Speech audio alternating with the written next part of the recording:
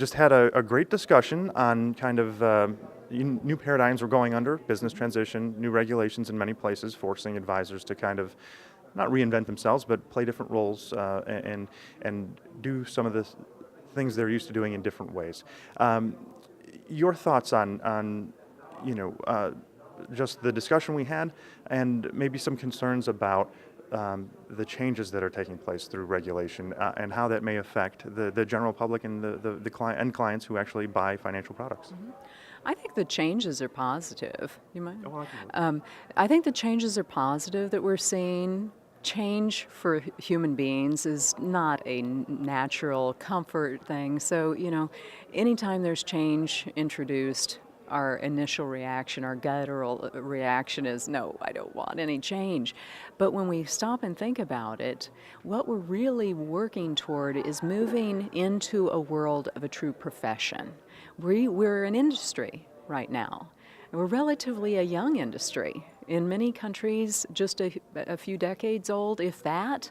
In the United States, with a very developed industry, 70 years maybe, at most. So, we're really quite a young industry. So financial planning, even younger, about half that length of age. And as we talk about the more holistic nature of our clients' needs, when we go beyond the investments and insurance necessities and think about what else is going on in your financial lives, all of a sudden, one of the beneficiaries of doing what's best for your client is bringing up holistic financial planning. It's looking at all of the areas where there might be a gap or a need or something that somebody's not, unless they're a trained professional, they're not recognizing. The layperson wouldn't recognize this need. And so, it's something extremely passionate. It's lovely to learn of the differences and the similarities that we're all experiencing as human beings.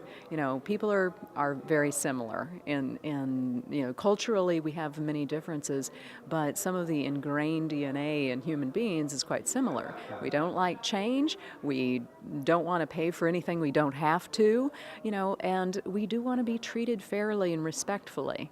And I see this as something very exciting. I love to be part of co-creating a new profession, something that we can all be very proud of and truly make an amazing difference in the lives of the clients that we can affect.